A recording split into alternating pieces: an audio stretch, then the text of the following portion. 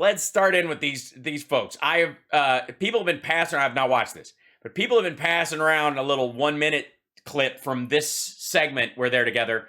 And by the way, Peter Navarro is of course live on the set of Jurassic cartoon. Is it? I mean, it looks like the backdrops they put in Buck Rogers to hide the, you remember those old school paintings they used to use to show a city when there was none? That's where he's live from a 1970s sci-fi television show set, and he's throwing gang signs. Yes. What's up in my house? And then I guess Steve is just showing us all how to live. He's got 3 pens. 1, 2, 3, right here, and nothing to write. It's got to be. That's sad. Next guest is someone close to former President Trump, an economist and Harvard alumni, Peter Navarro. Okay, they're starting it with the clip of him on Ari Melver, where Ari calls him out, and everybody's basically saying that this is where he confessed that he was, helping to plan the coup, that he was on the Bannon was running the in case of emergency break glass and have Ashley Babbitt crawl through it, and that Navarro was working on the gray area legal premise of Trump taking over so that they could delay the count, so that the people who were breaking the glass would have time to find Mike Pence and use him as decoration. Served as a senior Trump administration official, including as assistant to the president. White House trade and senior economic advisor Peter Navarro. Joining me now is Peter Navarro. Trump vet Peter Navarro is leaking their own January 6 plans. Assistant to the president and director of the Office of They put a hot cut together. Manufacturing Policy. Peter Navarro. So Peter Navarro just admitted out loud what 100 lawmakers were willing to do on January 6th. Former White House trade guy Peter Navarro. As you can tell, a man often in the news, Peter Navarro is our guest tonight, and his new book, In Trump Time, is out now. So he's selling a book, A Journal of America's Plague Year. I think that sells Trump short. I would put an S on the end of that. Trump's entire time in the White House were plague years. Different kinds, more of a pestilence now that I think about it, but let's not split hairs. Thanks for being here. Especially when they're weird fiberglassy yellow hairs wound on top of someone's head. All right, great to be with you. I guess I am the trade guy, but tonight I think I'm the January 6th guy. The In Trump Time book shows unequivocally that both Stephen K. Bannon and President Trump should be exonerated of any violence on Capitol Hill on January 6th. And what I show in the In Trump Time book is this plan we had called the Green Bay Sweep, clearly between constitutional and legal lines, to basically have... Yes, like there's constitutional lines and there's legal lines, and in between those things, in sort of a gray area of unconstitutional and illegal, you will find the Green Bay Sweep. Only legal votes counted in the election, and we had you mentioned recruited, that we prepared for that. So let's take a look. You mentioned this this plan. Here's Steve Bannon talking about it on January 6th. So I keep saying the mantra: you call the play, now run the play. Right? It's like the old Green Bay power sweep. It's very simple. Just one thing leads to another. Very logical, and the victories are firm. It's fun. It's funny, but Steve Bannon's one of those guys who never ages. He just always seems to look awful. So go ahead and tell us in your own words. Tell us how. Pretend you came up with that phrase. What was the plan, and who was in on it besides you, Bannon, and Trump? Sure. The backstory is while I was in the administration after the election, Thanksgiving, I produced what would be an exhaustive 3-volume report. I went over tens of thousands. It was exhausting. Pages of documents and proved that the election was in all likelihood stolen through fraud and election irregularities. That's the background. On January 6th, the Green Bay sweep false. plan. That's false. But the question for the start of the interview. We'll yes, it is fine. That, but yeah, agree to disagree about the entire premise of the book I'm selling while I'm making these weird Illuminati horn goat gang sign witchcraft points.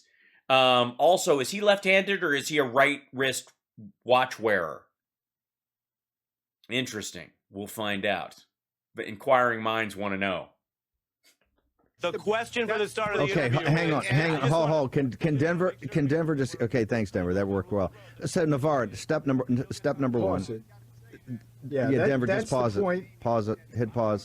Yeah, guys, high tech. Really well done, by the way. I'm glad you've put the money in. You've got staff working there. Somebody, I don't know where they are. Are they up the chimney running the show from there, Steve, so that you can have the clean background so that... Fucking hell, am I the only person who works to make their show better? Look at the cutting on that. Look at this shit. Like, he's got all the fucking gear. Look at me losing my finger. Look, there's my technical limitations. That's a physical space issue. I suppose if I put my hand back further, it's still run out of space right about there because there's a window right here. Mr. Producer, go. Now, Mr. Producer. Hit pause. We're good. They got it. Okay, hit pause. We got it. Good. Yeah. Okay, Navarro. Yeah, totally pro. That was great. Excellent. You know what? I don't even know why you need to do more of a show. High quality entertainment right there. Big money, especially when shown in contrast to that low tech shit they're cranking out on MSNBC. You know.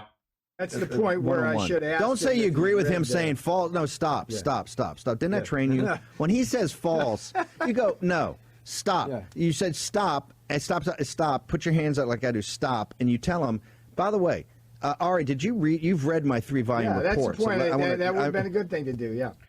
No, who gives a fuck whether he's read your 3-volume report? It turned out to be wrong. They actually did a recount. They did an audit. They've done multiple ones. You know what they keep finding? They keep finding over and over and over again. Hold on. Where we go? Is it on here? Yeah. This is what they keep finding, dum-dum. Every time somebody gets busted for voting twice, it's a Trump supporter. Every fucking time. The villages where they had that little golf cart parade for Trump, 4 people have already gone to jail. We have proof of fraud. Yes. All Trump votes. What? I don't care how many exhaustive pages were. A lot of them were bullshit. We've been through this.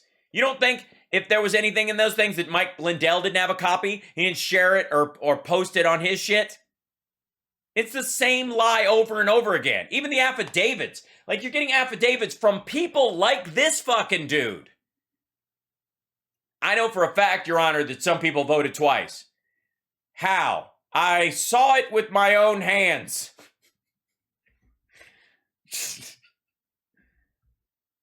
I saw a man, largely because there was a reflective surface nearby, vote twice in the election. Would you swear to that under oath? Oh, yeah. Do you know his name?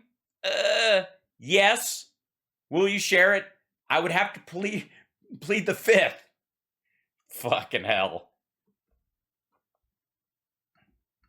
Thanks, Coach. Okay, I just want to note that. I should have had you in my ear. Listen, we're not into reason. What is this reasonable men can disagree crap? You're in Gladiator, dude. They got you. First off, I want the audience to understand something. I couldn't play enough of this. The whole time they're teeing this thing up. But stop. Hang on, hold it. So far it's a good show. I mean, you know, all technical parts aside, at least the argument is clear and concise. But they're having a good time, and isn't that really what we tune in for? You don't really tune in for the facts. You just want to see the antics of Bannon and co. What I did there. The whole time. No. Hang on. See what I did there? No, now, hang on. He asked me a question, and I pivoted immediately to lay the predicate that this thing was stolen, and I proved it in the 3-volume report. Now, I know, but you let it. No, you didn't. You attempted to prove it in the 3-volume report, which actually distorts reality and proves nothing. We've been through all this shit. Just because you made 3 volumes of stuff that other people have talked about ad nauseum for a fucking year. Hold it. You let him get. You get it. You let him get. You let him get the thing. He's a lawyer. You let him get the thing false. This is not the Harvard faculty lounge. Okay. We're not having high tea. Hey, there's a new drinking game. Every time he said false in that, you'd take a shot of whiskey and you'd be drunk by the end of the interview. But well, unless you're Steve Bannon, in which case, you'd sober up from whatever paint you're huffing. I want to jam. That. You got it. No, know. Stop. Okay. Yeah. You're in. Yes. By the way, this is an example of Peter Navarro being under the tutelage of Steve Bannon and the media training that he has gotten from Steve Bannon. I mean, you can see the quality. I don't know why you guys haven't signed up for disaster class and taken Steve Bannon's media relations technique class. Of how come you no? When you're on MSNBC, and by the way, I'm really proud of. I'm very proud. I'm not taking any crap from you today, Steve. No, you didn't give him any crap. I'm the one who gets crap. Yeah, this is good. This is good so far. Everyone seems to be going right. Everything, yeah. This is going very well. Have they paused long enough for one of them to talk at a time yet? God damn. Right now, you'd say, get right back and interrupt that HBS guy. Stop. I'm not taking this crap. Play the interview. It's better than this. You know what's interesting? You know what's interesting? What? You know what's interesting? Here's the buried lead. Dig 'em, man. You know what's interesting? You know what's interesting? Here's the buried lead. Joy Ann Reid, Chris Hayes, and Rachel Maddow could not have you on because they had to give it to Ari Melber. Right, just like the time I did the interview was Ari Melber. Ari Melber's a trial lawyer, right? That's why you gotta go back and refute every time he makes a statement. You gotta get up. Yeah, he's also got lower ratings because of the time of day than the other folks, and they have bigger fish to fry. You don't rate for Joyanne Reid, Chris Hayes, and especially Rachel Maddow's show. Or I'm sorry, how do you pronounce it again? Rachel Maddow. His face and refute it. You're trying to give Harvard Faculty Lounge pivot and reasonable men can disagree. No, we're not reasonable men. We're unreasonable. Unreasonable men are who change history. We're unreasonable. I think it's unreasonable to call you a man. We're not reasonable. This is not some debate. Okay, hold it. But you did set the predicate. I want to. Well, that is true because the debate requires facts and concepts on both sides and I guess at least the theory that you're both looking for a truth. Do we have the Green Bay sweep? That would be lay the predicate. It's not ready? Okay, Denver. Let's keep rolling this tape. Audience, here's what we're doing. We're going to deconstruct this as we go on. It was an epic night, just like Joe Rogan and Dr. Malone. Ari Melber had the guts to have the wild man of wild men, Dr. Peter Navarro, on his show for 20 minutes, virtually uninterrupted. Let's go. Let's continue to play it, Denver. Sir, I'm asking you. The question is, what was the plan itself and who was in on it? Exactly, and I'm going to tell you that. The plan was simply this. We had over 100 congressmen and senators on Capitol Hill ready to implement the sweep. The sweep was simply that. We were going to challenge the results of the election in the 6 battleground states. They were Michigan, Pennsylvania, worked out very well. Georgia, Wisconsin, Nevada, and basically, which, by the way, is what they'd been doing for 2 months before this, and failed miserably again and again and again. Yeah, these were the places where we believed that if the votes were sent back to those battleground states and looked at again, that there would be enough concern amongst the legislatures that most or all of those states would decertify the election. That would throw the election to the House of Representatives. And I would say to you here, Ari, that all of this, again, it was in the lanes legally. It was prescribed by the Constitution. There is a provision to go rather than... No. Using legal means to carry out something illegal, which is send the electoral votes back to the states, have people there, make sure that they can gum up the works so that it has to be a congressional choice, knowing that there are more, even though there are more people represented by Democrats in the House than there are people represented by Republicans in the House. There are more states represented in the House. Hence the imbalance that happens in the Senate. And if you went 1-to-1, the Republicans outnumber the Democrats state to state, and therefore they could overrule the election by a vote in the House.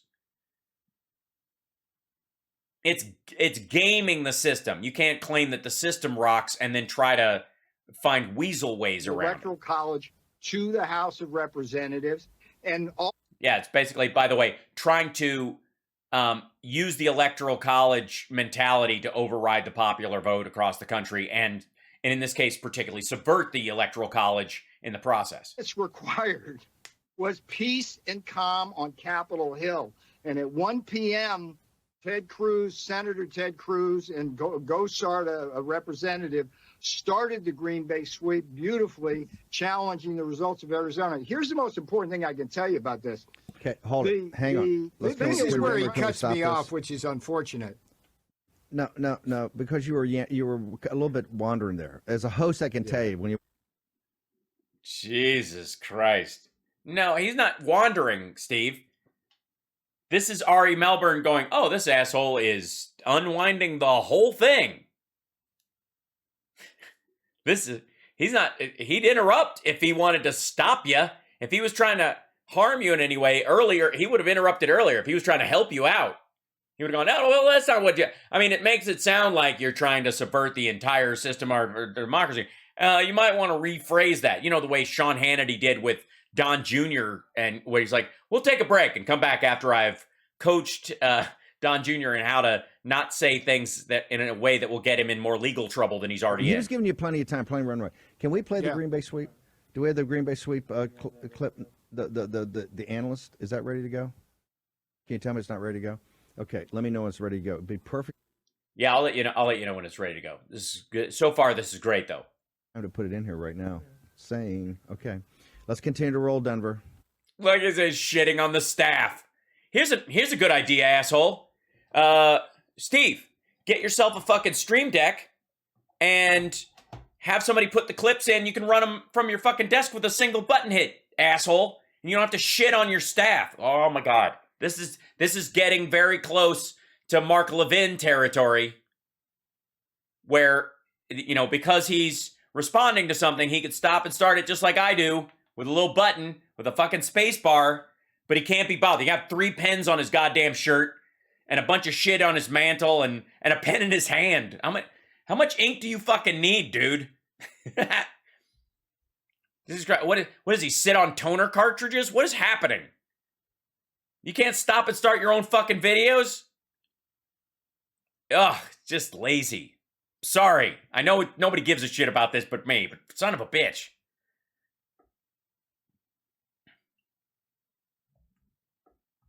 Go ahead, let's play it.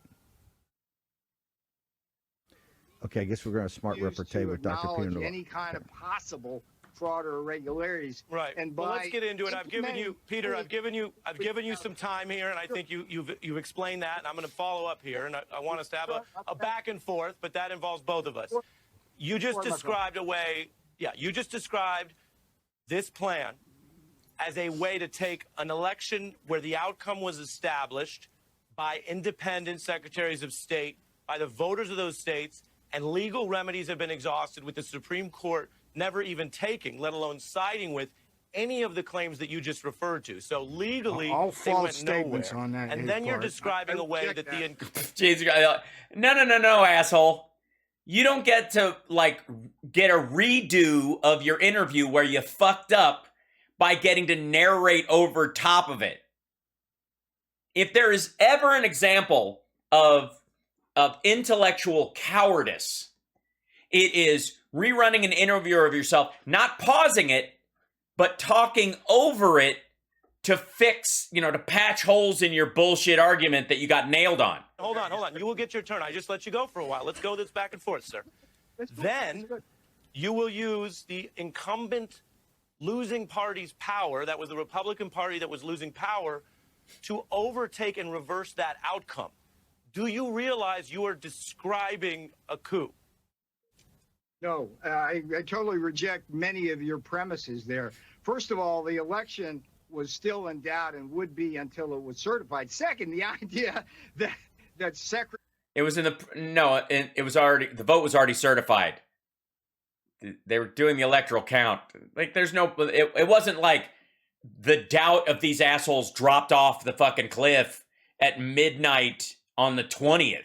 Secretaries of State, particularly in Michigan and Pennsylvania, were like innocent parties. I mean, Jocelyn Benson and Kathy Bookfar, the Secretaries of State in Michigan and Pennsylvania. Okay, they let were me have put this. in power. Denver, you go ahead and put it on pause for a second. Okay, and by the way, Again, and apparently somebody in the staff said he throws. In the chat says he throws pens at his staff, and that's why he needs more. What kind of a? I mean, even as an abusive boss, he's lazy. I mean, if you're going to be a complete asshole, throw the pen at them, and then tell them, pick that pen up and give it back to me. Yeah, don't half-ass you're being a dictator at work. the Wall Street Journal op-ed or opinion piece today on the election count act of, was it 1876? Peter, had been nice to invert this here instead of going after the individual Secretary of States. The purpose is Jay Corman had sent a letter. This thing was still far from. It was about the certification of the electors in the individual states. And I was never a guy that said go to the courts. Go to the courts is a not a plan B, but it's a parallel track. Yeah, it's a parallel track. You do that while you're taking a shit in the Capitol building. This is still about the state legislatures. And the Commonwealth of Pennsylvania had already sent a letter. Arizona, these guys were about to. And we're about to have 24 hours of debate, 24 hours of evidence. Yeah, it's weird. They were about to do that, and yet after a full forensic audit and two more recounts, how many did he do in Arizona? Was it 3 total recounts before the fucking full-on panda shit audit? He's acting like no new information has come in since January 20th on any of this shit. After this dickhead attempted this using people they had in position in Arizona, single electors, single state senators, trying to run interference for these assholes for Trump. They're going to pretend that they didn't have multiple recounts. Look at this stuff again and again. Good God. In the House and the Senate. It was the Electoral Count Act. It's also the Electoral Count Act, right? But I'll let you go ahead. Let's continue to roll, Ari, and just let people I think, Steve, the important point here is the assertion that by Ari that all remedies were exhausted. But that was just totally counterfactual. I mean, the fact that I would like to apologize to any person who's hearing impaired watching this. I don't know what the fuck he's saying, but it can't be good.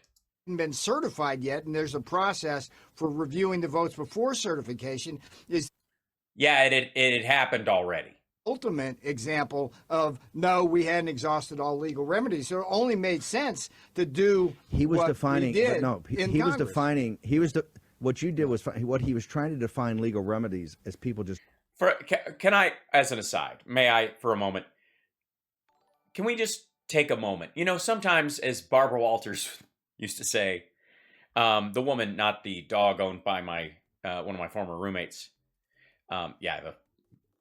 A girl who stayed at my house for a while who had a dog named Barbara Walters. Long story. Lovely dog, though. Barbara Walters is a good girl. Barbara Walters, remember to take time out to enjoy the view. Let's just absorb this for a minute. That Navarro just went on a rake walk on Ari Melber's show, selling a book which gives away the game.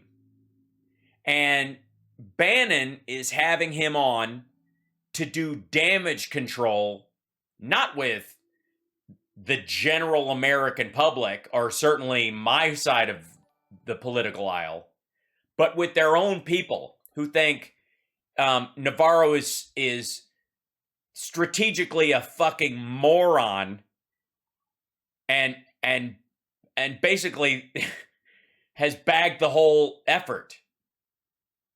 And so Bannon's having him back on. Let's fix what you did. Let's fix what you did. Let's fix what you did. And they're both just shitting the bed again. This is good. It's a joy to watch, actually.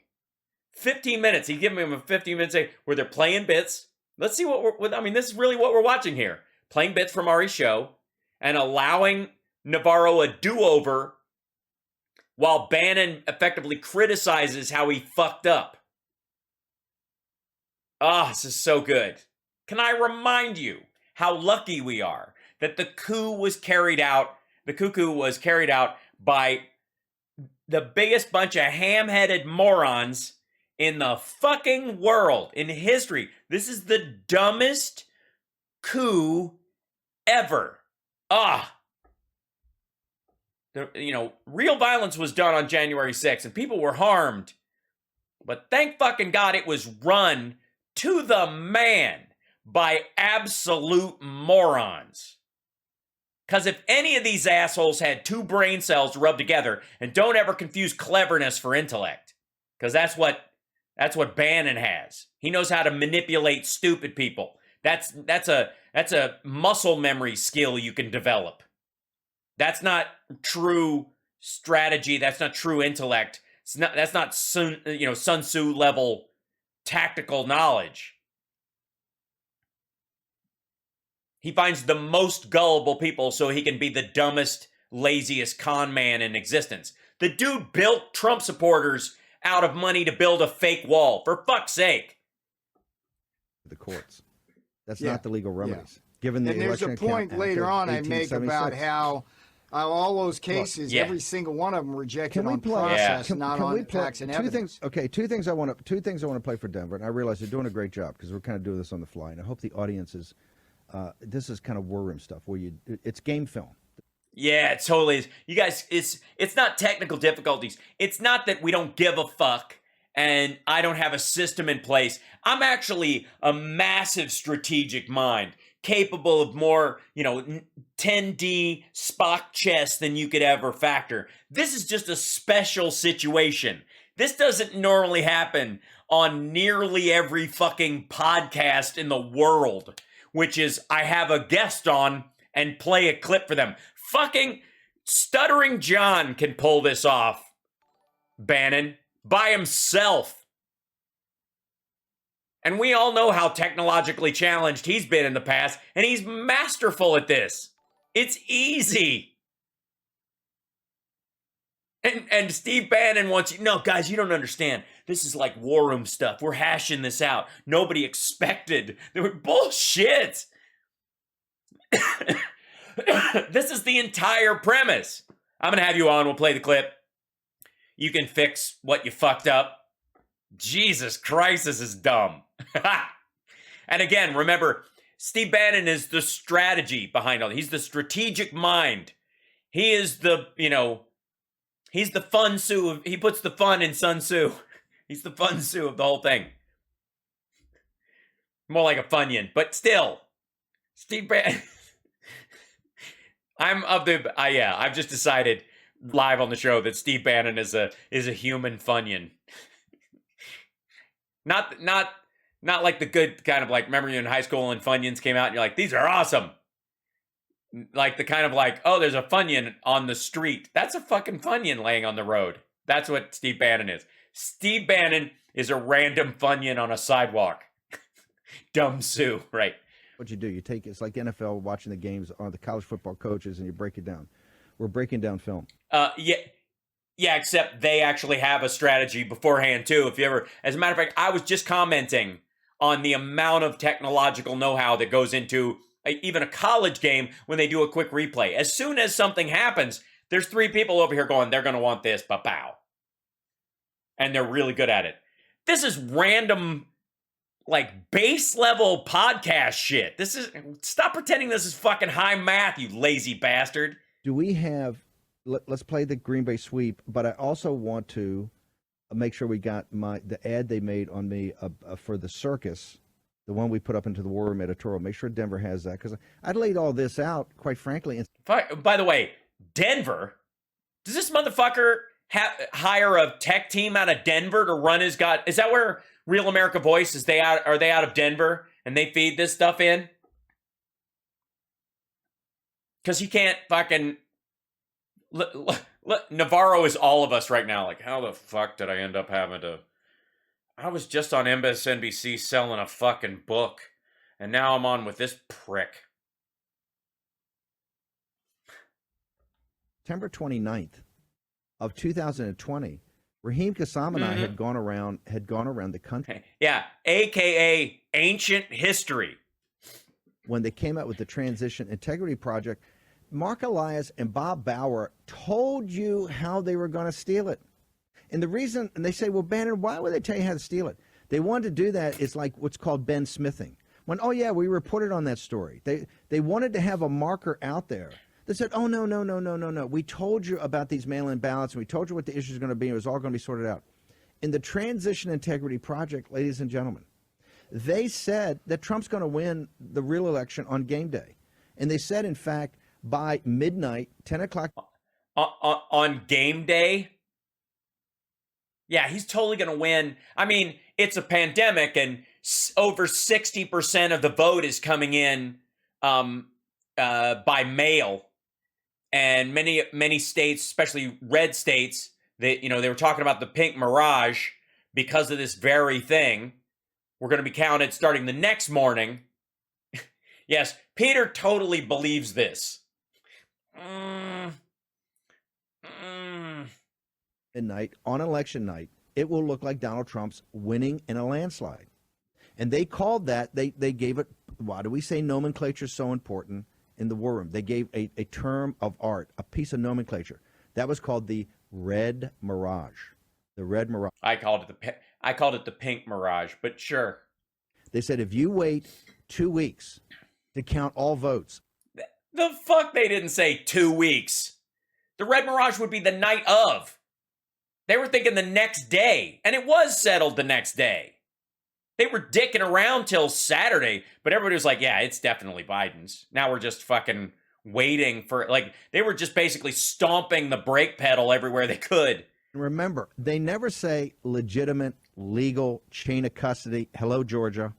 Chain of custody, certifiable, legal votes from American citizens. They never say that. Because they shouldn't have to, fucko. If they're not legal, they're not votes. Counting every vote means we are to assume that they are legal and from citizens, dipshit. We don't have to say that. We're Democrats. You just think that some people shouldn't be allowed to vote because by any means necessary, the disenfranchisement of every citizen in the country is the goal. I mean, it's the Paul Weyrich message from fucking 1980. They say if you wait, in fact, Transition Integrity Process, if you wait 2 weeks to count all the mail-in votes and all the votes, all, underline all. Yes, all the legal votes, because technically speaking, if they're illegal votes, they're not votes. They're pieces of paper with scribbles on them from non-citizens or dead people. They wouldn't count. Those aren't votes. Counting all the votes assumes that they qualify as votes. You fucking warthog anal cyst. But Joe Biden will be named the president in 2 weeks. And they said, what we have to do is prepare. This is the Democrats. We have to prepare for, the Bannons of the world and all these crazies sitting there going, Trump won. Yeah, exactly. We knew what you were up to. Landslide, let's lock it down. It's all over. Bob Bauer and Mark Elias, who had gone around, and remember, the reason I said something was going on here, we used to have Bill McGinley in here, and we did it on election night. Why was our election night coverage so great? Because we talked about this. Back in June. I think actually your election night coverage was so great, and I only checked on it a couple times because I was up all night doing my own election night coverage, and I stayed up all fucking night. Hand-holding America, letting them know it was going to be all right. And I checked on Steve Bannon's bullshit a couple of times on my phone, and it was just the flop sweat was the best part. That year, remember, go back in time, during the riots and the melt.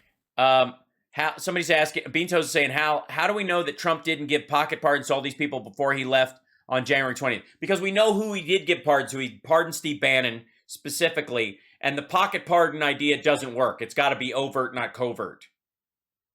Yeah. Of BLM and Antifa in Portland, Washington, D.C., anarchy in New York, what did they do? They had primary elections with mail-in ballots. And guess what? I think it was New York's in Manhattan. It was Brooklyn, I think it was 25%. The woke Brooklyn district, 25%. In New York, I think it was up to a third. This was all run by progressives. A third of the mail-in ballots were, wait for it, not certifiable. Okay? They knew these guys. Yes, the fuck they weren't. Of course they were certifiable. Ask Lauren Boebert. Colorado does this. You just don't want them to be counted. That's not the same fucking thing. Elias and these guys, these are evil, evil, evil geniuses. We're not as opposed to Navarro and Bannon, who are just evil, evil, evil dumbasses. This is just jealousy at this point. Dumb people in Georgia. What did John Fredericks do? We're going to do the math. A kid made $45,000. Okay, $45,000, $10 a ballot. Why would somebody pay that kind of money? When you aggregate from the 240, you're going to get into what, 11 million bucks. Why would people? Why? Because you control the most powerful nation in the history of the earth. Okay. Well, yeah, that's why people in the villages voted in multiple states. It's why Texas doesn't want a full audit, except in blue counties. Because if they audited the rest of them, they'd have to look at the ES&S machines. Because, yeah, and again, Trump was in charge of the most powerful democracy in the world. And apparently he got fucked out of power by like 8 black volunteer workers in Atlanta. You control where this $5.25 trillion budget that we can't get passed. This is what the continuing resolution is about. This is about their control. Only in the dark of night, from 2 a.m. to 5 a.m. can they actually steal. And this is what I'm telling Democrats: your days of stealing are over. None of this stuff on federalization. Well, they were. I would argue, Steve, they were over before they started because they didn't fucking happen. And all the theft that we're finding so far, and you guys are doing all the goddamn looking. The dude who actually busted this guy and the other people at the villages who voted twice quotes the Trump Rudy Giuliani line that they have hundreds of affidavits. If there's hundreds of affidavits, there must be some voter fraud. He's literally quoting the Trump line in this when he's looking for voter fraud. What's he finding? Republicans that voted twice.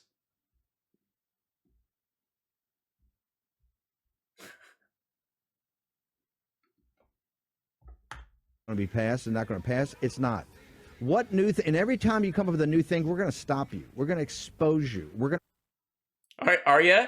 You just you mean like the rescue package and the infrastructure bill and the jobs gains and the vaccine process and the reopening of schools, churches, and businesses? And what are you going to stop, Steve?